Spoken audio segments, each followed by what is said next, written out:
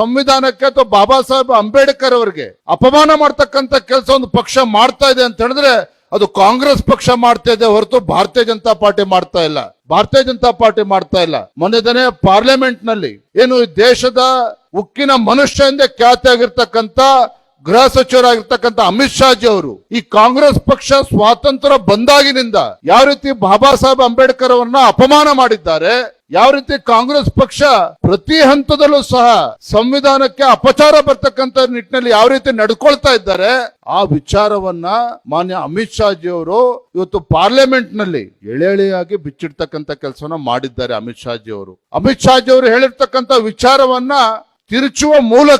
ತಿರುಚುವ ಮೂಲಕ ಕಾಂಗ್ರೆಸ್ ಪಕ್ಷ ಅಪಪ್ರಚಾರವನ್ನ ಏನ್ ಮಾಡ್ತಾ ಇದ್ದಾರೆ ಅದನ್ನು ನಾವು ಎಲ್ಲರೂ ಕೂಡ ಇವತ್ತು ಅರ್ಥ ಮಾಡ್ಕೋಬೇಕಾಗ್ತದೆ. ಸ್ವಾತಂತ್ರ್ಯ ಬಂದಾಗಿನಿಂದ ಇವತ್ತು ಬಾಬಾ ಸಾಹೇಬ್ ಅಂಬೇಡ್ಕರ್ ಅವರಿಗೆ ಸಂವಿಧಾನಕ್ಕೆ ಅಪಚಾರ ಮಾಡಿ ಇವತ್ತು ಭಾರತೀಯ ಜನತಾ ಪಾರ್ಟಿ ಮೇಲೆ ಗೂಬೆ ಕೂರಿಸ್ತಕ್ಕಂಥ ಕೆಲಸ ಕಾಂಗ್ರೆಸ್ ಪಕ್ಷ ಏನ್ ಮಾಡ್ತಾ ಇದ್ದಾರೆ ಅದನ್ನು ಕೂಡ ಇವತ್ತು ಜನರ ಮಧ್ಯೆ ಸತ್ಯ ಸಂಗತಿಗಳನ್ನ ತರ್ತಕ್ಕಂಥ ವಿಚಾರವನ್ನ ನಾವು ಇವತ್ತು ಮಾಡಬೇಕಾಗಿದೆ. ಹಾಗಾಗಿ ಈ ನಿಟ್ಟಿನಲ್ಲಿ ಸಂವಿಧಾನ ಸಮ್ಮಾನ ಅಭಿಯಾನ ಇವತ್ತೇನು ನಡೀತಾ ಇದೆ, 75 ವರ್ಷಗಳು ಪೂರ್ಣ ಆಗಿರ್ತಕ್ಕಂಥ ಸಂದರ್ಭದಲ್ಲಿ ಆ ಸಂವಿಧಾನವನ್ನ ಗೌರವಿಸಬೇಕು. ಈ ದೇಶದ ಈ ರಾಜ್ಯದ ಪ್ರತಿಯೊಬ್ಬ ಪ್ರಜೆಯ ಕರ್ತವ್ಯನೂ ಕೂಡ ಇದೆ. ಆ ಸಂವಿಧಾನವನ್ನ ಗೌರವಿಸಬೇಕು ಅಂತಕ್ಕಂಥ ಆಶಯ ಪ್ರಧಾನಮಂತ್ರಿ ನರೇಂದ್ರ ಮೋದಿಜಿ ಅವರದ ಏನಿದೆ ಆ ನಿಟ್ಟಿನಲ್ಲಿ ನಾವೆಲ್ಲರೂ ಕೂಡ ಇವತ್ತು ಸೇರಿರ್ತಕ್ಕಂಥದ್ದು.